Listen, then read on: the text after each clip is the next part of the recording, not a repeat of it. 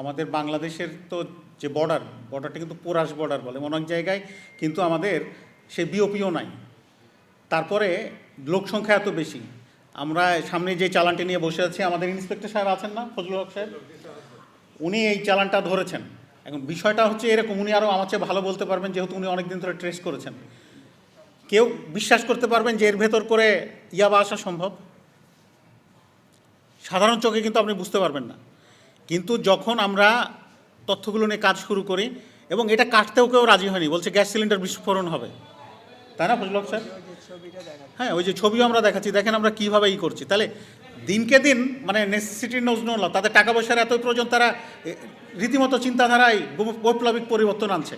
আমরাও চেষ্টা করছি, কিন্তু ড্রাগের টাকা তো অনেক বেশি, এবং তারা সেভাবে কিন্তু তার সাস্টেন করার জন্য বিভিন্ন রকম পদ্ধতি অ্যাপ্লাই করছে, মরিচের ভিতর করে আনছে।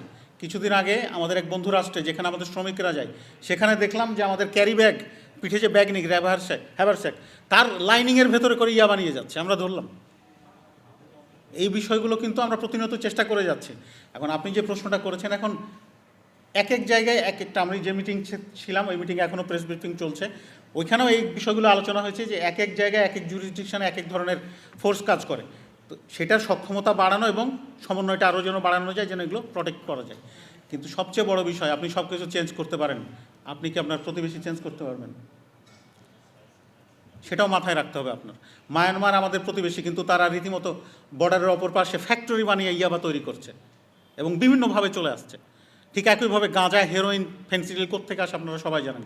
আমরা চেষ্টা করে যেতে পারি, এবং জনগণ যতক্ষণ পর্যন্ত না সচেতন হবে যে না এটা খেলে মানুষ মারা যাবে, ক্ষতি হবে, ততক্ষণ পর্যন্ত আপনি যদি ডিমান্ড না কমাতে পারেন, সাপ্লাই কমাতে পারবেন না। ইকোনমিক্সের যে থিওরি, তা আমরা চেষ্টা করে যাচ্ছি এই দুটার সমন্বয় করার জন্য, যে আমরা যেন ডিমান্ড যায়, তাহলে সাপ্লাই কমে যাবে। আমরা সাপ্লাইটাকে রিডাকশন করার চেষ্টা করছি, সঙ্গে সঙ্গে ডিমান্ড রিডাকশনের চেষ্টা করছি। এবং ডিমান্ড রিডাকশনের ক্ষেত্রে মূল হাতিয়ার হচ্ছেন আপনারা এবং শিক্ষক মণ্ডলী, কারণ জাতিকে আপনারাই সচেতন করেন।